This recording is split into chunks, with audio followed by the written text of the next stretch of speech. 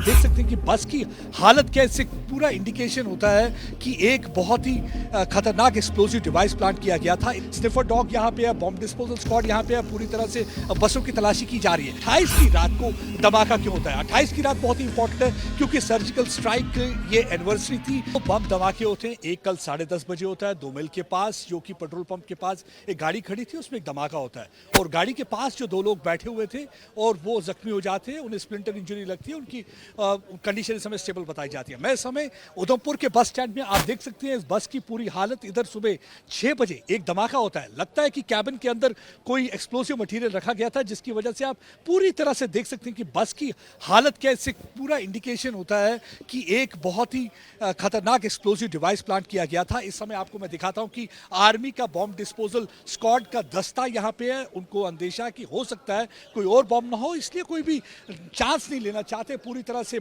Sniffer dog यहाँ पे है, बॉम्ब डिस्पोजल स्क्वाड यहाँ पे है, पूरी तरह से बसों की तलाशी की जा रही है। अब देखिए ये बम धमाके कब हो रहे हैं। जैसे अमित शाह जो कि गृह मंत्री है, यहाँ जम्मू कश्मीर के दौरे पर आने वाले हैं। 4 तारीख को उनका जम्मू कश्मीर का दौरा शुरू होगा। रजौरी में एक जनसभा का संबोधन करेंगे और उसके बाद बारामूला में भी जनसभा का संबोधन करने जा रहे हैं। और दूसरी चीज 28 की रात को धमाका क्यों होता है? 28 की रात बहुत ही इंपॉर्टेंट है क्योंकि सर्जिकल स्ट्राइक ये एनिवर्सरी थी।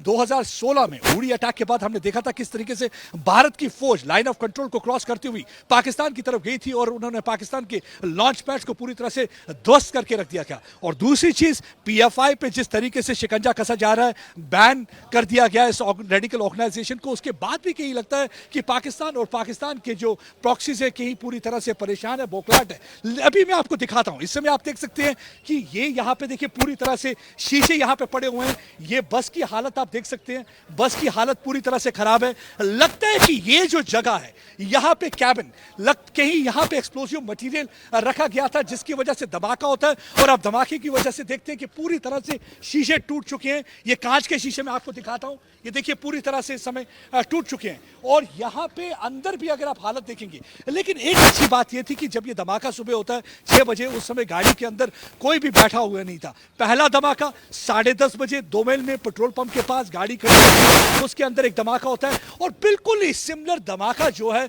सुबह 6 बजे के करीब होता है। अभी आप देख सकते हैं कि सीनियर पुलिसकर्मी यहां पे हैं, फौज के आला अधिकारी यहां पे हैं, बॉम्ब डिस्पोजल स्क्वाड है, स्निफर डॉग है, पूरी तरह से ये यहां पे कर रहे हैं। और देखिए धमाके का असर इतना ज्यादा है कि बाकी भी जो गाड़ियां हैं उन पे भी स्प्लिंटर लगे हुए हैं। ये देखिए, ये आपको मैं जगह बताता हूं कि किस तरीके से इसका असर हुआ है। ये देख लीजिए, यहां पे हमें यहां पे सुरक्षा कर्मी कह रहे हैं कि बस के करीब ना चाहिए क्योंकि ये चाहते नहीं है कोई भी चांस लेना।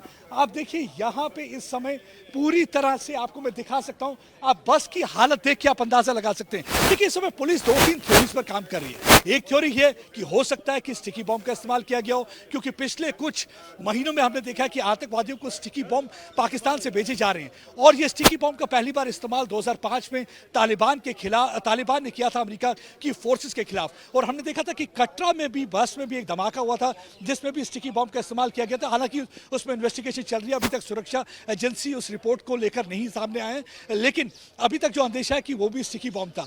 और कल देर रात एक औरत पकड़ी जाती है पुंछ के इलाके में, उसके पास से एक इंप्रोवाइज्ड एक्सप्लोजिव डिवाइस बरामद होता है। लगता यही है कि पाकिस्तान में काफी बौखलाहट है, आतंकवादियों में काफी बौखलाहट है और यही एक वजह है कि यहाँ पे वो डिस्टेबलाइज करना चाहते हैं सिचुएशन, उसी के कारण वो ऐसे धमाके करने की कोशिश कर रहे हैं। देखिए कि एक कमांडर का नाम लगातार आ रहा है, खुबैब नाम का एक पाकिस्तानी कमांडर है जो कि बेसिकली रहने वाला ठाठरी डोडा का है, लेकिन पिछले कुछ सालों से वो पाकिस्तान में। और पहले भी कुछ धमाके यहाँ पे हुए हैं, कुछ रजौरी में हुए हैं, कुछ उधमपुर के इलाके में हुए हैं। और देखा गया है कि खुबैब ने अपना जो लश्कर का मॉड्यूल था उसको इस्तेमाल किया गया था और उस धमाके करने के लिए। इस समय आप देख सकते हैं कि कुछ लोग यहाँ पे स्थानीय निवासी हैं, मैं उनकी तरफ भी जाता हूँ, वो लगातार यहाँ पे प्रोटेस्ट कर रहे हैं, प्रदर्शन कर रहे हैं, पाकिस्तान के खिलाफ नारे लगा रहे हैं। आप देख सकते हैं ये स्निफर डॉग लेके हमारे फोर्स के अधिकारी, बॉम्ब डिस्पोजल स्क्वाड इस समय यहाँ पे है।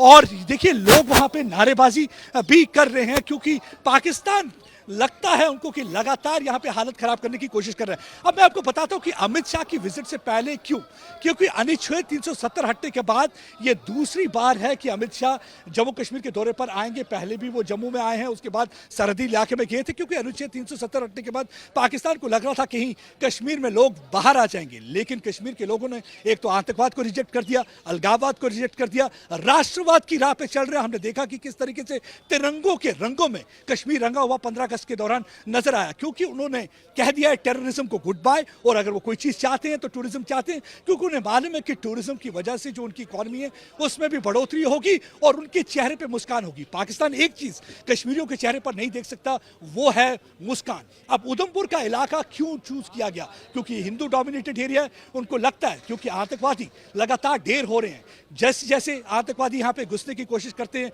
उन्हें जहन्नुम पहुंचा दिया जाता है सुरक्षा बलों द्वारा। यही एक वजह है कि आतंकवादियों की पूरी कोशिश है कि यहाँ पे हालात खराब किए जाएं। अगर पिछले 8-9 महीनों की बात करें तो 160 के करीब आतंकवादी मारे जा चुके हैं, जिसमें 40 से ज्यादा पाकिस्तानी कमांडर हैं। उनकी पूरी कोशिशें नाकाम होती जा रही है। अब उनको लगता है कि हिंदू डोमिनेटेड एरियाज में टारगेट करेंगे, इन्फ्लिक्ट करेंगे मैक्सिमम कैजुअलिटी, और उसकी वजह से एक दरार पैदा करने की कोशिश करेंगे। लेकिन यहाँ के लोग समझदार है, क्योंकि पिछले 32 वर्ष से वो आतंकवाद देखते आए हैं। उन्हें मालूम है कि पाकिस्तान के मंसूबे क्या है, पाकिस्तान चाहता क्या है। मैं एक बार फिर से आपको दिखाता हूं, देखिए किस तरीके से पूरी बस को कॉर्डन किया गया है। सुरक्षा कर्मी, हमारे पुलिस के कर्मी जो जवान हैं बहादुर, सुबह से यहाँ पे तैनात है। थोड़ी देर पहले यहाँ पे डीआईजी सुलेमान चौधरी आए थे, उसके साथ एसएसपी विनोद कुमार भी थे, और वो पूरी तरह से बस का जायजा लेकर गए, निरीक्षण करके गए। आप देख सकते हैं ये बस की हालत से पूरा पता चल जाता है कि कितना ही बड़ा एक्सप्लोजन था। जो सीसीटीवी फुटेज टाइम्स नाउ को, नवभारत को हासिल की गई है, उसमें भी आप देख सकते हैं कि कितना बड़ा धमाका होता है। दोमेल के पास जब बस खड़ी होती है धमाका होता है, जिसकी वजह से इंजर हो जाते हैं। मैं अभी आपको कुछ वहां पे स्थानीय निवासियों के पास चलता हूं, उनसे भी बातचीत करने की कोशिश करता हूं, क्योंकि कुछ लोग यहां पे प्रोटेस्ट कर रहे थे। मैं उनसे बात करने की कोशिश करता हूं। आप यहां पे प्रोटेस्ट क्यों कर रहे हैं? आज प्रोटेस्ट है क्योंकि आज हमारे शहर की सुरक्षा में बहुत बड़ी सेंध लगी है। 3 महीने पहले भी ब्लास्ट हुआ था, आज कल रात को भी और आज भी। तो हम इसका क्या मतलब समझे लोगों ने। अब ये जो एलजी एडमिनिस्ट्रेशन हमारे यहाँ पर आई है जेएंडके में, तो उसने सुरक्षा का जिम्मा भी लिया था, तभी तो ये चेंज हुआ था। अब चेंज होने के बाद भी अगर लोगों को सुरक्षा नहीं मिलती है तो आपको लगता है कि लगातार पाकिस्तान यहाँ पे हालत खराब करने की कोशिश कर रहा है? देखिए, आप मुझे बताइए कि Udhampur is surrounded by all belt forces. एक तरफ आईटीबीपी, दूसरी तरफ आर्मी, तीसरी तरफ एयरफोर्स, और बीच शहर में इस तरीके का हादसा होना एक सिक्योरिटी लैप सबसे बड़ा है। मैं तो कहता हूं कि मैं आपके माध्यम से ये कहना चाहता हूं कि फर्स्ट ऑफ ऑल जिस तरीके से उधमपुर में ये ब्लास्ट हो रहे हैं, इमीडिएटली एडमिनिस्ट्रेशन और पुलिस डिपार्टमेंट में रिशफल होना चाहिए। पाकिस्तान के खिलाफ नारे लगाते रहे हैं आतंकवादियों। आपको लगता है कि कहीं एक बार फिर से दरार पैदा करने की कोशिश की जा रही है, तभी ये ऐसे इलाकों को टारगेट? बिल्कुल किया जा रहा है। आज हमारा पूरा शहर दहशत के माहौल में है। सुरक्षा में चूक हुई है, हम मानते हैं कि एडमिनिस्ट्रेशन सुरक्षा के चूक हुई है। पहले 3 महीने पहले सलातिया चौक में बम ब्लास्ट हुआ, जहां एक जान चली गई। रात को 10:30 बजे एक दमेल चौक में होता है, उसके बाद बस स्टैंड पे सुबह होता है। सुरक्षा में चूक है, तभी ये हो रहा है। हम चाहते हैं कि हमारी क्या सुरक्षा है। इस धमाका हुआ, आप लोग कहाँ थे उस समय? हम तो घर पे थे जी। धमाके की आवाज आई? जिस हमारी बिल्डिंग है जहाँ पे। अच्छा, धमाके आवाज तो आई, बहुत ज्यादा आवाज आई, मतलब हिला पूरा इलाका? पूरा हिला जी।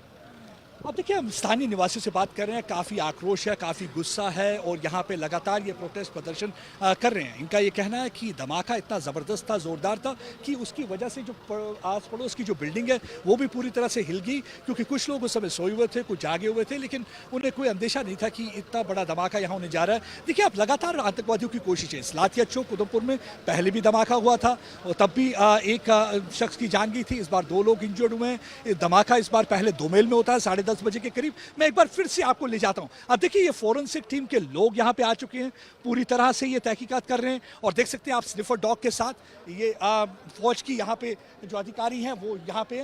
देखिए, पूरी फोटोग्राफी की जा रही है, बस की पूरी फोटोग्राफी की जा रही है, पूरी यहां से तस्वीरें ली जा रही हैं। ये कोशिश की जा रही है कि क्या वजह हो सकती है। या तो ये स्टिकी बॉम्ब हो सकता है, या तो ये इम्प्रोवाइज्ड एक्सप्लोजिव डिवाइस हो सकता है। आप देखिए ये बस की हालत। अब मैं आपको ये बस का, देखिए ये कांच पूरी तरह से, ये फ्रंट ग्लास जो है पूरी तरह से ये टूटकर नीचे गिर चुका है, पूरी तरह से ग्लास नीचे गिर चुका है। आप देखिए इंपैक्ट कितना है, धमाका होता है, धमाके की वजह से इतना प्रेशर क्रिएट होता है, प्रेशर की वजह से आप देखिए पूरी तरह से ये कांच नीचे आके गिर जाता है। कांच के टुकड़े में आपको दिखाता हूं कि किस अगर शुक्र रब का ये है कि कोई उस समय बस के अंदर नहीं था। अगर बस के अंदर कोई शख्स बैठा होता तो आप खुद समझ सकते हैं कि कितनी कैजुअलिटी यहां हो सकती थी। ये कैजुअलिटी करने के लिए ही अटैक किया गया, क्योंकि आतंकवादियों को मालूम है कि हमारे फौज का, हमारे पुलिस के कर्मी, हमारे सुरक्षा एजेंसियों का मुकाबला वो नहीं कर सकते, इसलिए या तो वो शूट और स्कूट अटैक करते हैं। आप देखिए स्निफर डॉग के साथ पूरी तरह से इलाके को घेर लिया गया है। हमारे सीनियर पुलिस के अधिकारी इस समय बस के अंदर जा रहे हैं, बस का पूरी तरह से जायजा कर रहे हैं, उनके साथ फौज के अधिकारी भी हैं। और हमें यह बताया जा रहा है कि थोड़ी देर में हो सकता है कि नेशनल इन्वेस्टिगेशन एजेंसी और स्टेट इन्वेस्टिगेशन एजेंसी के लोग भी यहाँ पे आएंगे। तो मैं इस समय अपने वीडियो जर्नलिस्ट को कहूंगा कि बस के अंदर की तस्वीरें आपको दिखाई जाएं। देखिए बस के अंदर इस समय सीनियर पुलिस ऑफिसर, फौज के अधिकारी वो पूरी तरह से जायजा ले रहे हैं, क्योंकि वो एविडेंस कलेक्ट कर रहे हैं। स्प्लिंटर कुछ उन्होंने यहां से कलेक्ट किए हैं, कुछ और भी एविडेंस कलेक्ट कर रहे हैं, ये पता करने की कोशिश कर रहे हैं कि धमाका किन कारणों की वजह से हुआ है। आप देखिए ये बस, आप देखिए बस की हालत देखिए, मैं एक बार फिर से दिखाता हूं। ये देखिए टुकड़ा बस का पूरी तरह से बस क्षतिग्रस्त हुई है।